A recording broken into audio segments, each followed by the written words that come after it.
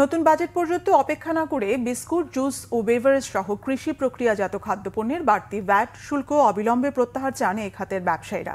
এ বিষয়ে দফায় দফায় এনবিআর চেয়ারম্যানের সঙ্গে বৈঠক করেও বাড়তি ট্যাক্স প্রত্যাহারের আশ্বাস না পেয়ে হতাশ ফুড ও বেভারেজ খাতের কর্পোরেটরা। সরকার বাড়তি শুল্ক ও ভ্যাট না কমালে খাদ্যপণ্যের দাম বাড়াতে বাধ্য হবেন বলেও ব্যবসায়ীরা জানিয়ে দিয়েছেন। জিয়াউল হক সবুজের রিপোর্ট। গেল ৯ জানুয়ারি বিস্কুট, কেক, জুস ও কোমল পানীয় সহ বিভিন্ন পণ্যের ওপর বাড়তি 10% ভ্যাট আরোপ করে জাতীয় রাজস্ব বোর্ড। ফলের জুস ও ফ্রুট ড্রিঙ্কসের উপরও 5% সম্পূরক শুল্ক বাড়ানোর পাশাপাশি কৃত্রিম স্বাদের পানীয়র উপর বসানো হয় নতুন করে 15% সম্পূরক শুল্ক। বাড়তি এসব শুল্ক ভ্যাটে উৎপাদন খরচ বাড়ানোর পাশাপাশি ভোক্তার উপর চাপ তৈরি করবে, এমন যুক্তিতে নতুন কর প্রত্যাহার চান এই শিল্পের মালিকরা। কিন্তু এ বিষয়ে এনবিআর চেয়ারম্যান আব্দুর রহমান খানের সাথে দ্বিতীয় দফা বৈঠকেও মেলেনি কোনো সুখবর। মিটিংটা ফলপ্রসূ হয়নি। আমরা মনে করছি যে ওনারা আমাদের থেকে সময় নিচ্ছেন, ওনারা আমাদেরকে বাজেটের কথা বলেছেন, তো আমরা কাজ করে যাব। হয়তোবা আমাদেরকে আরো বেশি সহ্যশীল হতে হবে।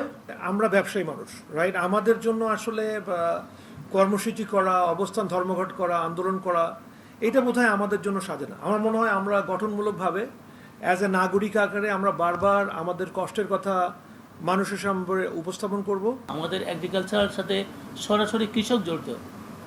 আমাদের ম্যাঙ্গো পাক, টমেটো পেস্ট, এগুলি কৃষক চাষ করে আমরা প্রসেস করি, তো সেখানে কৃষক সরাসরি ক্ষতিগ্রস্ত হবে।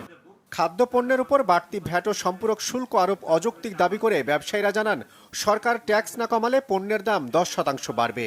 ইমপ্যাক্ট হচ্ছে 17 টাকা, 70%। আর আমি যদি প্রতি প্যাকে আসি, আমরা এখনকার এই লেজিসলেশন ওয়াইজ যদি আমরা গো বাই দ্য বুক, তাহলে আমার প্রতি 200 ml ভোক্তার উপরে চাপ আসবে 3 টাকা 9 পয়সা। 200 ml বিস্কিটের প্যাকেট আর কত ছোট করব?